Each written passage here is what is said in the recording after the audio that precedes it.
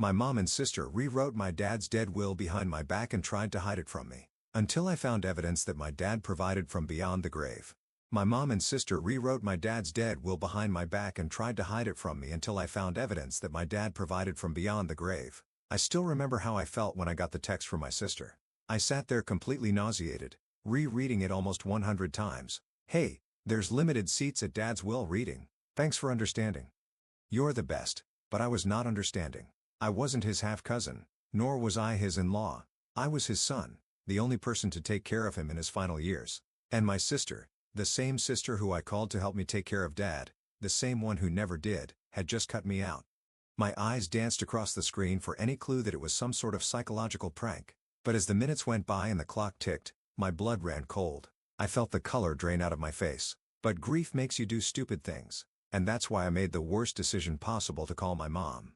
At first, it went straight to voicemail, almost like she had hung up straight away. But luckily, after 4 more calls, she finally picked up. Her tone was joyful, excited even. "Hey, how's my chicken doing?" I took a deep breath, knowing I was about to ruin her mood. "I just got the news from Vanessa. She says I'm prohibited from being on the guest list because of lack of seating." This was followed by such a long silence that I almost thought she hung up or something. "Your father's death has been hard enough on me. Can you please leave your petty drama out of this?" Petty drama. My heart was beating in my stomach with anger. I tried to play it cool, but it didn't really work. "Are you serious?" I asked, voice shaking. "Mom, I'm his son. Why am I being excluded from my own father's will reading?" I heard a very audible sigh, followed by what sounded like her hand smacking her forehead. "Honey, limited seating is not something to take personally." "Mom," I interrupted her. "Emma, my other sister, says even his cousin-in-law is invited. Someone he hasn't even met before." Her response was enough to make me want to drive off of the Brooklyn Bridge. Well, you know how crazy inflation has gotten. Events like these aren't cheap. It was probably a tough call. You should be grateful that they felt confident enough to exclude you. My nails dug so hard into my skin, they formed those half-moon marks. "Be grateful?" I asked. "Mom, I'm the only one who even offered to pay for Dad's hospital bills. I was the only one by his bedside when he said his last words, but now I didn't make the cut to be there on a day meant to honor him. I knew you would do this." "We all did," my mom said while sighing. I swear I almost threw my phone across the room. "Do what exactly?" She then hung up the phone. My heart raced, and I practically tripped running down to the punching bag in my basement. If not for that, I would have caused even more serious harm. But when I was done, I didn't even want to confront my mom or Emma anymore. Emma would probably just text me, "Sorry." Meanwhile, my mom would tell me to come back when I'm ready to act properly. I'd be the one forced to accommodate them. But deep down, I knew that at least some of it was my fault. Because that's the standard I set. I practically came out of the womb a people pleaser, and people said I'd always grow out of it, but I never did. Honestly, I never thought it would. Until I got the text. It was from my mom, and clearly not meant to be sent to me. "Jack, my name, just called. He doesn't know we rewrote the will." The message was deleted seconds later. That's when something in me cracked. Because not only were they taking advantage of me, but also our dead father. And it was finally time for them to pay. I sat on my couch staring at the wall for nearly an hour. My phone kept buzzing with messages. Probably my mom trying to cover her tracks. I didn't bother checking. The basement punching session had cleared my head enough to think straight. Dad had always told me I was too trusting. "Jack, people take kindness for weakness," he'd say. I never believed him until now. I opened my laptop and started making a list. Every time I'd covered for my sisters. Every time I'd paid bills they promised to split. Every holiday I spent with Dad while they were too busy. I needed ammunition. My sister Emma finally called around 9 p.m. I almost didn't pick up, but curiosity got the best of me. "Jack, Mom said you're upset about tomorrow." She started, sounding annoyed rather than concerned. "What did they rewrite, Emma?" I asked calmly. The line went quiet. "What are you talking about?" "Mom's text. She accidentally sent it to me." "What did you guys rewrite?" More silence then. "It's not what you think. Dad asked us to make some adjustments before he passed. It was his idea." I laughed. Actually laughed. Dad was on an IV drip for his final 3 weeks. He couldn't even recognize me half the time. "Try again." "Look, I can't talk about this right now. Just trust us, okay? We're family." I hung up. Family. Right. The same family that couldn't be bothered to visit Dad more than twice during his 8-month battle with cancer. The same family that complained when I asked them to contribute to his medical expenses. I grabbed my car keys and headed out. I needed to see Morgan, Dad's attorney. We'd gotten friendly during Dad's illness since I was the one handling all his paperwork. It was nearly 10 p.m., but I knew Morgan often worked late at his small practice downtown. The drive gave me time to cool off. Maybe I was overreacting. Maybe Dad really had requested changes, but why keep it from me? And why exclude me from the reading? None of it made sense. Morgan's office lights were off when I arrived, but I noticed his car in the parking lot. I called his cell. "Jack, everything okay?" He answered, sounding surprised. "Not really. Are you still at the office? I need to talk." 5 minutes later, I was sitting across from Morgan in his dimly lit office. He looked tired, tie loosened and sleeves rolled up. "What's going on?" "The reading's tomorrow," he said. "That's just it. I've been told I'm not invited due to limited seating." Morgan frowned. "That's unusual. Your father specifically wanted all his children present." My stomach tightened. "Did you help my family rewrite Dad's will recently?" His expression changed instantly. "Who told you that? So it's true?" Morgan sighed, rubbing his temples. "Jack, I can't discuss this with you. Attorney-client privilege. I'm his son, his primary caregiver for the last 2 years. I understand. But legally, did my father authorize these changes while he was lucid?" I pressed. Morgan stood up. "I think you should leave. We'll see you at the reading tomorrow." "But I'm not invited," I reminded him. He looked genuinely confused. "That's not possible. Your father's instructions were very clear." I showed him Vanessa's text. Morgan read it twice, then handed my phone back. "This isn't right. The reading is scheduled in the main conference room. We could fit 20 people if needed." Now we were getting somewhere. "So they lied about the seating." Morgan looked uncomfortable. "Look, I can't get involved in family disputes, but I strongly suggest you attend tomorrow, 2 p.m. sharp." I thanked him and left, my mind racing. On the drive home, I called my other sister, Tara. She and I weren't close, but she'd always been the most straightforward of my siblings. She answered on the first ring. "Jack, it's late. Did you know they're excluding me from Dad's will reading?" Tara hesitated. "Yeah, Mom mentioned something about space issues." "It's a lie, Tara. I just spoke with Morgan. There's plenty of room." Another pause. "Look, I don't know what's going on exactly, but Mom and Vanessa have been having a lot of private conversations lately. Something about making things more fair." More fair.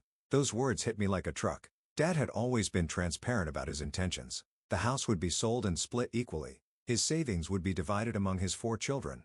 His collection of vintage watches would go to me, the only one who showed any interest in them. Some of them were quite valuable. "They're trying to cut me out, aren't they?"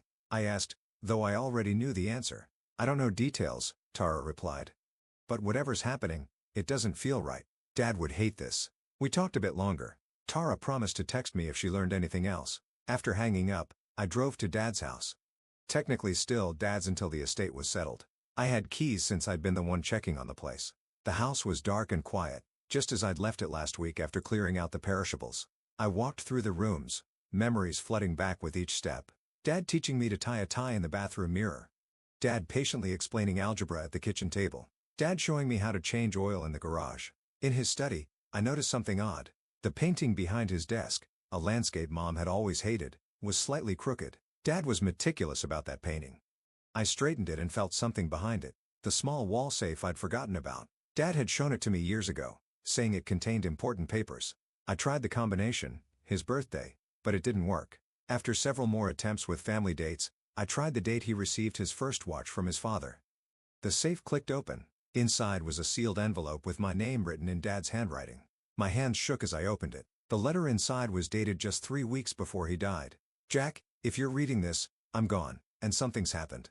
I've made copies of my final wishes with 3 different attorneys. Morgan has the official will. Trust no one else. You were always the only one I could count on. I'm sorry for whatever grief they're causing you now."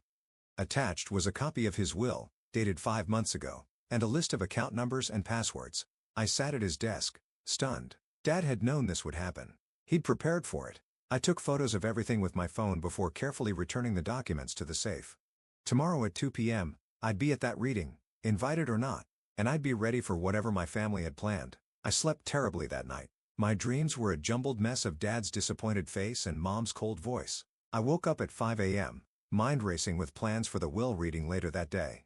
There was no way I was missing it, invitation or not. I made some coffee and reviewed the photos I'd taken of Dad's documents. The will seemed straightforward, exactly what he'd always told me. Equal split of the house proceeds and savings, with his watch collection specifically left to me. Some of those watches were worth thousands. I wondered if that's what this was all about. Around 7 a.m., my phone buzzed with a text from Vanessa. "Hey, Just checking you got my message about today. So sorry again about the space issue. I didn't respond.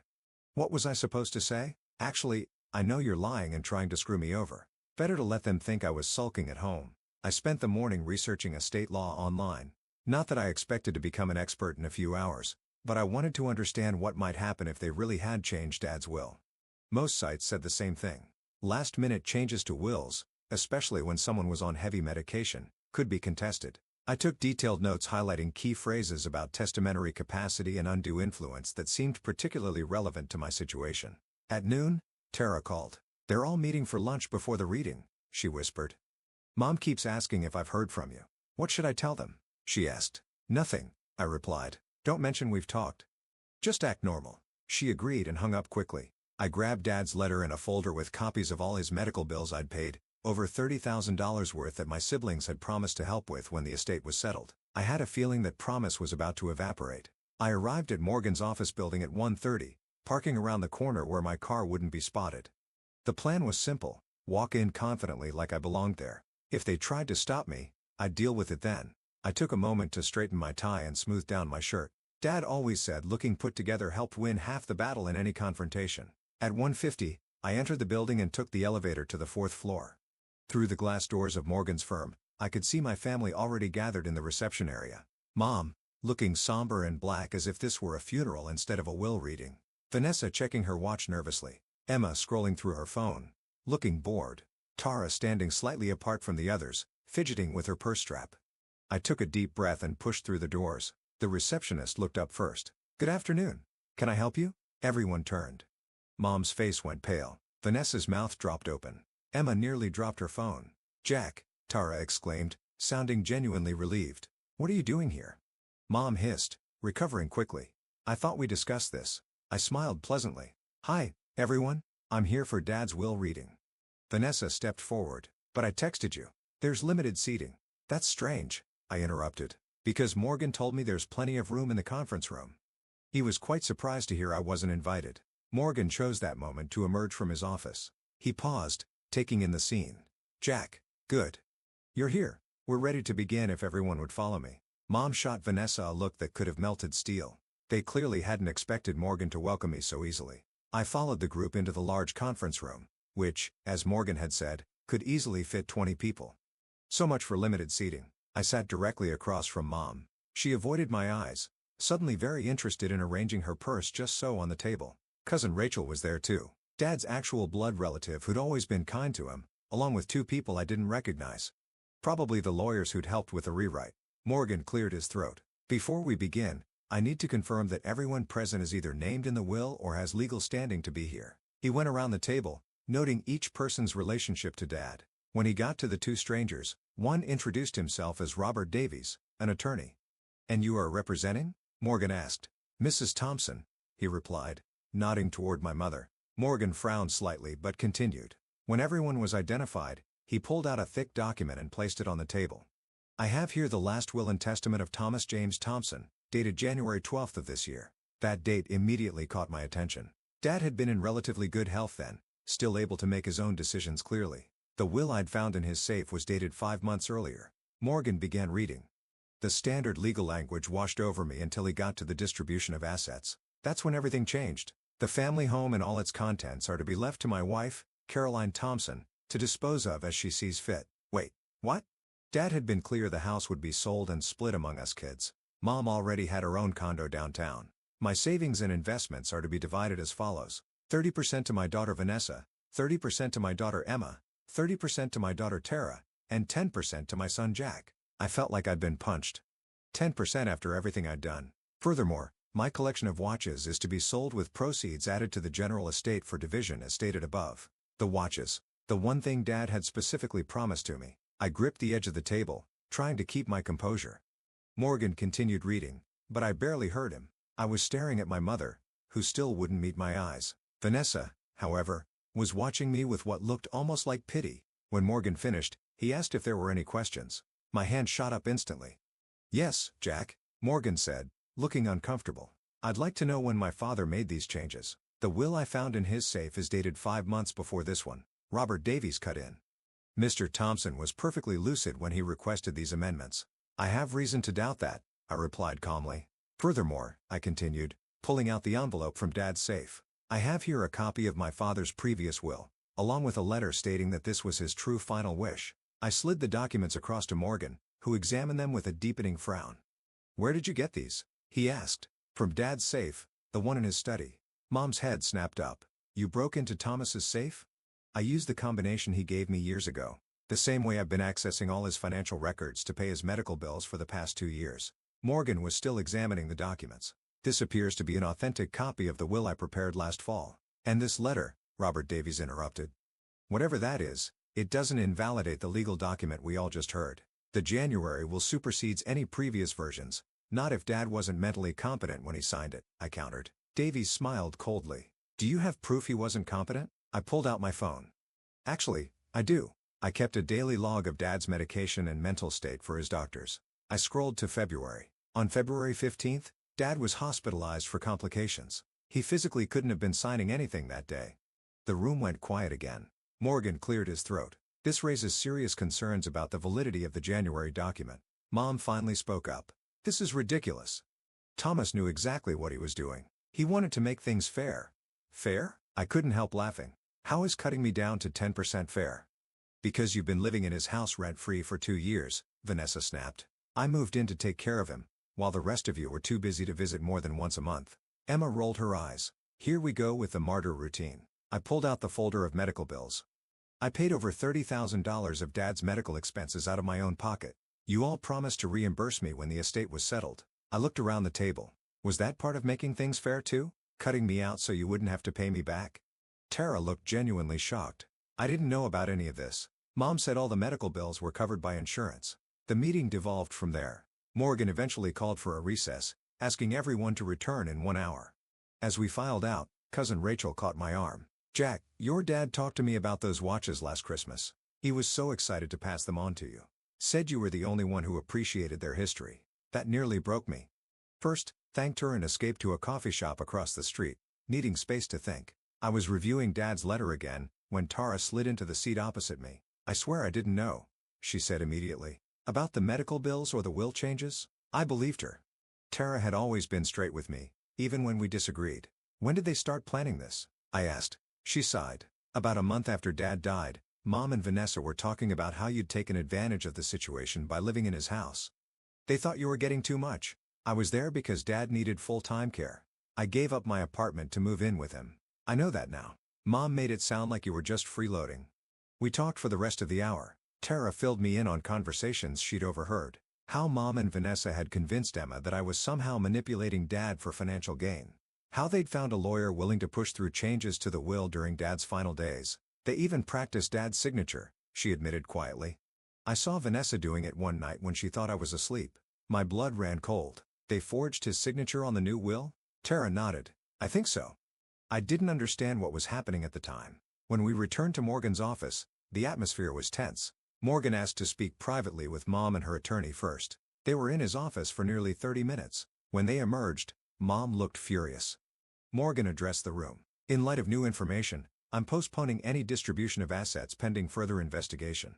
There appear to be significant questions about the January will's authenticity. Robert Davies objected loudly, but Morgan stood firm. Either we resolve this amicably, or this will move to probate court where everything becomes public record. That got everyone's attention.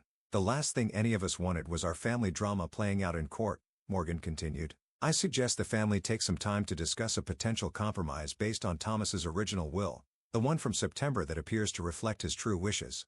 Mom grabbed her purse. This is outrageous. Come on, girls, she stormed out, with Vanessa and Emma following quickly behind. Tara hesitated, then gave me a small nod before joining them. I stayed behind to speak with Morgan. He looked exhausted. I'm sorry, Jack. I should have questioned these changes more thoroughly. Your father was my client for 20 years. I knew something wasn't right. What happens now? He sighed. Without a clear resolution, this could drag on for months in probate court. Your mother seems determined to fight, and if I can prove the signature was forged, Morgan's eyebrows shot up. That would be a criminal matter. Forging a will is fraud. I left Morgan's office feeling drained but determined. Dad had known this might happen.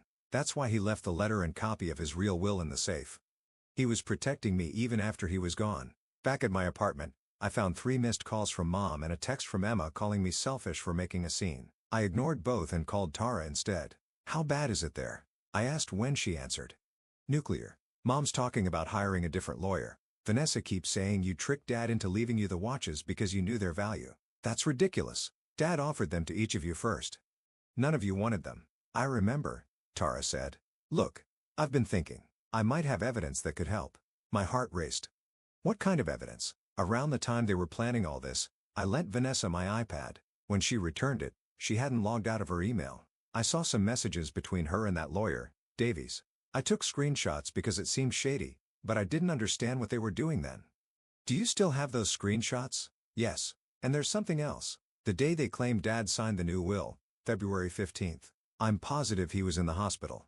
I visited him there. This confirmed what I'd found in my records. Can you send me everything you have?" "Yes. But Jack, be careful. Mom is really angry." I've never seen her like this. After hanging up, I went through Dad's medication logs again. Sure enough, on February 15th, Dad had been admitted to the hospital for complications. He physically couldn't have been at Morgan's office signing a new will. Tara's screenshots arrived an hour later. The emails were damning. Vanessa and Davies discussing how to modify the will without alerting Morgan. Davies suggesting they find a more agreeable attorney to witness the new document. Most shocking was an email where Vanessa explicitly mentioned practicing Dad's signature. I forwarded everything to Morgan with a brief explanation. His response came within minutes. "Come to my office tomorrow morning. Bring Tara if she's willing." That night, I couldn't sleep again. I kept thinking about Dad's words. "You were always the only one I could count on." He trusted me to handle this situation, to stand up for what was right. For once in my life, I wasn't going to back down and play peacemaker. The next morning, Tara met me outside Morgan's building. She looked like she hadn't slept either. "Mom knows I'm helping you," she said as we walked in. "She called me a traitor. I'm sorry you're caught in the middle." She shook her head. "Don't be. What they did was wrong. Dad deserves better." Morgan was waiting with another attorney he introduced as Linda, a specialist in estate fraud. We spent 2 hours going through everything. The medication logs, hospital records confirming Dad's admission on February 15th, Tara's screenshots, and Dad's letter. "This is more than enough to invalidate the January will," Linda concluded. "The question is whether you want to pursue criminal charges for the forgery." I looked at Tara, who seemed uncomfortable with the idea of our sister facing criminal charges. "Let's start by invalidating the fake will," I decided. "I want Dad's real wishes honored. The rest can wait." Morgan nodded. "I'll contact Caroline and her attorney today. Given the evidence, they would be wise to drop their claims immediately." We were just wrapping up when Morgan's receptionist buzzed. "Mr. Thompson, your mother and sisters are here demanding to see you." Morgan raised his eyebrows. "Do you want to speak with them now?" I nodded. Might as well face this head-on. They filed in looking like a united front. Mom leading, Vanessa and Emma flanking her. All 3 stopped short when they saw Tara sitting beside me. "So this is where you disappeared to?" Mom said coldly to Tara. Then to me, "Haven't you caused enough trouble? Your father would be ashamed of how you're tearing this family apart." That was rich. Coming from the woman who helped forge his will, I stayed calm. Morgan has evidence that the January will is fraudulent. Dad was in the hospital on February 15th and couldn't have signed it. Vanessa paled visibly. Emma looked confused. "What are you talking about?" Emma asked. "Tell her, Vanessa," I said. "Tell her how you practiced Dad's signature. How you and Mom plan to cut me out and keep the money I spent on Dad's care." "That's not, we were just trying to make things fair," Vanessa stammered. Morgan intervened. "Mrs. Thompson, we have clear evidence of fraud. The January document will not stand. You have 2 options. Accept Thomas's original will as valid, or take this to court where all these details will become public record." Mom glared at me. "You always were too sensitive, just like your father." "Thank you," I replied simply. Dad had been the most decent person I knew. It was a compliment. After a tense silence, Mom finally nodded. "Fine. Use the original will, but don't expect this family to ever be the same." "It hasn't been the same since you decided to dishonor Dad's wishes," I said quietly. They left without another word, Emma shooting confused glances between everyone. Only Vanessa looked back, her expression unreadable. Morgan assured us he would handle the paperwork to reinstate Dad's original will. As we left his office, Tara linked her arm through mine. "Dad would be proud of you," she said. "Standing up for yourself finally. I'm not sure he'd be happy about the family being divided like this." She shook her head. "The division was already there. You just refused to be the only one making sacrifices anymore." We walked to a nearby park and sat watching people go about their normal lives, untouched by our family drama. The autumn leaves were beginning to fall, creating a colorful carpet beneath our feet. I remembered how Dad used to take me to the same park when I was young, teaching me about the different trees and why their leaves changed colors. What happens now? Tara asked, breaking my reverie. I thought about Dad's watch collection waiting in his study, about the house that would now be sold and shared equally, about the relationships that might never heal. Now we honor Dad properly, I said. The way he deserved. Tara nodded. I'd like that. The next few weeks were difficult. Mom refused to speak to me, and Vanessa followed her lead. Emma was caught in the middle, occasionally texting to ask questions about what really happened. I answered honestly each time. The truth would come out eventually, and maybe some relationships could be salvaged. Morgan finalized the paperwork to invalidate the fraudulent will. Dad's original wishes would be honored.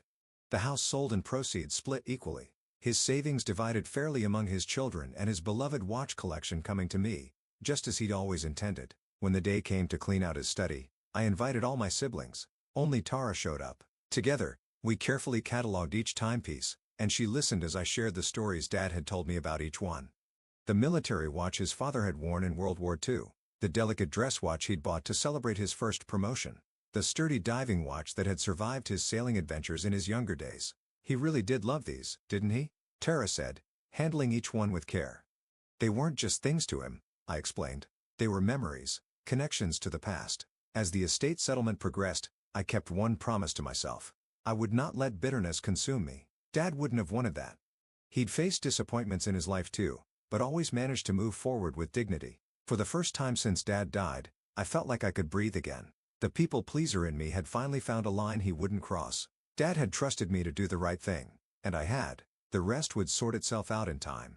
The next few weeks were a weird mix of emotions. I felt relief that Dad's real will was being honored, but also this hollow ache knowing my family relationships were pretty much in shambles. Mom and Vanessa still weren't speaking to me. Emma was sending confused texts every few days. At least I had Tara in my corner. Morgan called with updates about once a week. The process was moving along without any more dramatic challenges. The house would be listed for sale soon, and Dad's accounts were being tallied for equal distribution. The watch collection officially became mine once the paperwork cleared. I spent a Saturday afternoon cleaning Dad's watches. Each one needed to be carefully wiped down, the mechanisms checked, and then stored properly in their cases. Dad had taught me how to maintain them years ago. It was strangely calming work that let my mind wander. My phone buzzed with a text from Emma. Can we talk? Like in person? That was unexpected. I texted back that she could come over tomorrow afternoon. I wasn't sure what she wanted, but at least she was reaching out. Maybe there was hope for saving at least one relationship. The next day, Emma arrived looking nervous. She'd never been to my apartment before, which said something about our relationship right there. Nice place, she said, glancing around as I led her to the living room. Thanks. Coffee? Sure. After getting her a cup, I sat across from her, waiting. Emma fiddled with her mug, not making eye contact. So, she finally said, I've been talking to Mom and Vanessa, and then to Tara. I'm getting completely different stories about what happened. I nodded. I bet. Mom says you manipulated Dad when he was sick. Vanessa says you're just greedy about the watches. Tara says they committed fraud. What do you think happened? I asked. She frowned. That's why I'm here. I want to hear your side directly. I told her everything. Finding Dad's letter, discovering the hospital records, Tara's screenshots of the emails. Emma listened without interrupting, her expression becoming increasingly troubled. They really forged his signature? She asked when I finished. According to Tara's evidence, yes. Emma put down her cup. Why would they do that? It's so extreme. I shrugged. Money changes people. Or maybe it just reveals who they already were. Did you really pay all those medical bills yourself? I grabbed the folder of receipts I'd kept and handed it to her. They promised to reimburse me when the estate settled. I'm guessing that's part of why they wanted to cut me out. Emma flipped through the papers, her eyes widening at the amounts. I had no idea. Mom said everything was covered by insurance. Insurance covered some, not all. She closed the folder, looking genuinely upset. Jack, I'm sorry. I should have asked more questions. It wasn't quite an apology for her part in everything, but it was something. We talked for another hour. Emma admitted she'd been mostly going along with Mom and Vanessa because it was easier. She hadn't actually understood what they were doing. I believed her. Emma had always been the follower of the family. After she left, I felt slightly better. One small bridge may be on the path to repair, but I wasn't holding my breath for similar breakthroughs with Mom or Vanessa. The next week, Morgan called with news that the house had been listed for sale. We needed to clear out the remaining personal items soon. I dreaded the thought of running into Mom or Vanessa there, but it had to be done. I decided to go on a Tuesday morning when everyone would likely be at work. The house felt eerily quiet when I let myself in. So many memories in these walls. I headed straight for Dad's bedroom to pack up his clothes for donation. I was halfway through the closet when I heard the front door open. My whole body tensed, waiting to see who it was. "Hello?" Tara's voice echoed from downstairs. I relaxed immediately. "Up here." She appeared in the doorway a moment later. "Thought you might be here. Emma mentioned you were starting to clear things out." "Yeah. The realtor wants to stage the place soon." "Did you come to help?" She nodded. "And to grab some photo albums if that's okay." We worked side by side, sorting through Dad's possessions. It was easier with Tara there, turning the sad task into something almost pleasant as we shared memories about the items we found. In his nightstand drawer, I discovered a small jewelry box I'd never seen before. Inside was a tie pin I recognized immediately. It had belonged to Grandpa, Dad's father. There was a note tucked into the lid for Jack, a man who understands the value of family. My throat tightened. Dad had left little surprises like this throughout the house, I realized. Things he wanted specific people to have that weren't valuable enough to list in the will. "You okay?" Tara asked, noticing my expression. I showed her the tie pin and note. He knew. Even before he got sick, he was planning who would get what. Tara smiled. That was Dad. Always thinking ahead. We spent the rest of the day discovering more of these hidden treasures. A cookbook with notes for Emma. A small watercolor painting Dad had bought on a trip to Maine that had Tara's name on the back. Even items for Vanessa and Mom. Should we tell them? I asked Tara as we cataloged everything. She hesitated. "Let me talk to Emma first. Maybe we can all come together to go through these things. It might help heal some wounds." I wasn't convinced Mom or Vanessa would be interested in healing, but I agreed. This wasn't about me anymore. It was about honoring Dad. 3 days later, I got a surprising text from Vanessa. "Emma said there are things Dad left specifically for us. Is that true?" I confirmed it was, adding that I'd set everything aside in labeled boxes. She didn't respond immediately. When she finally did, it was just, "When can I come see?" We arranged for all 4 siblings to meet at the house that weekend. I deliberately didn't invite Mom. That bridge seemed too damaged to repair right now. I arrived early to make sure everything was organized, feeling strangely nervous about seeing Vanessa. Emma arrived first, then Tara. We chatted awkwardly in the kitchen, avoiding any mention of the will situation. When Vanessa finally showed up, 20 minutes late, the tension in the room doubled. "Hi," she said stiffly, not quite meeting my eyes. "Thanks for coming," I replied. "The boxes are in the living room." We moved to the living room where I'd organized everything. 4 boxes labeled with our names, plus 1 for Mom that I'd set aside. I explained how Tara and I had found Dad's hidden gifts throughout the house.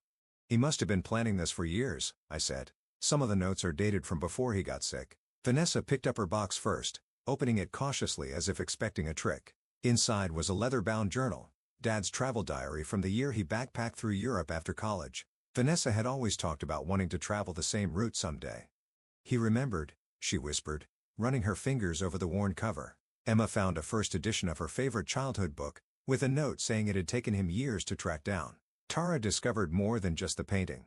There was also a small wooden box containing seashells they'd collected together at the beach when she was little. My box contained several items beyond the tie pin, a pocket compass Dad had carried when he taught me to hike, his favorite fountain pen, and a handwritten list of all the life advice he'd tried to pass on to me over the years.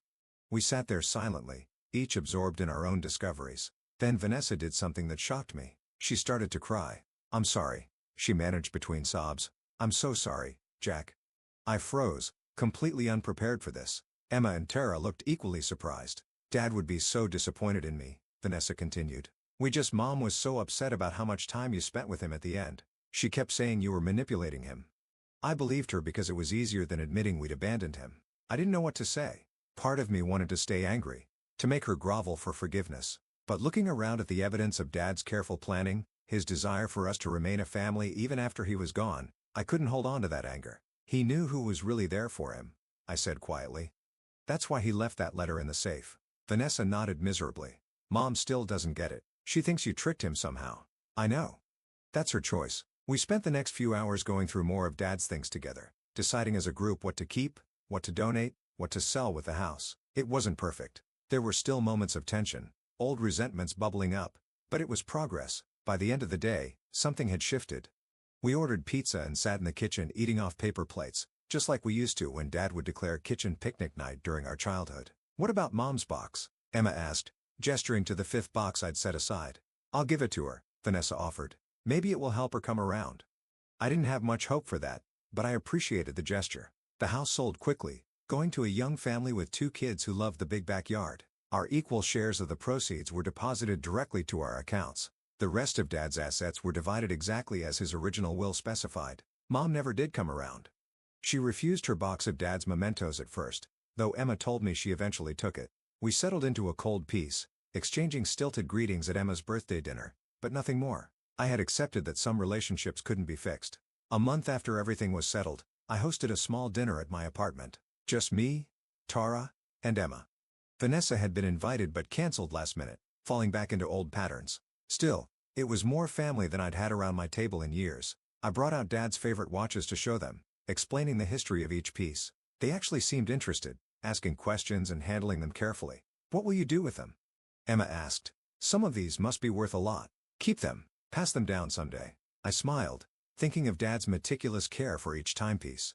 "They're not just about the money, they're part of his legacy." Tara raised her glass. "To Dad." "To Dad," Emma and I echoed. Later that night, after they'd gone, I sat looking at the tie pin Dad had left me. "A man who understands the value of family," his note had said. I hadn't fully understood what he meant until now. Family wasn't just about blood or legal documents or who got what inheritance. It was about who showed up when it mattered. Who fought for what was right even when it was hard. Dad had known that all along. I placed the tie pin carefully back in its box. Tomorrow, I'd wear it to my new job interview. It felt right to carry a piece of Dad with me as I moved forward. He taught me to stand up for myself. Finally, it was the most valuable inheritance he could have left.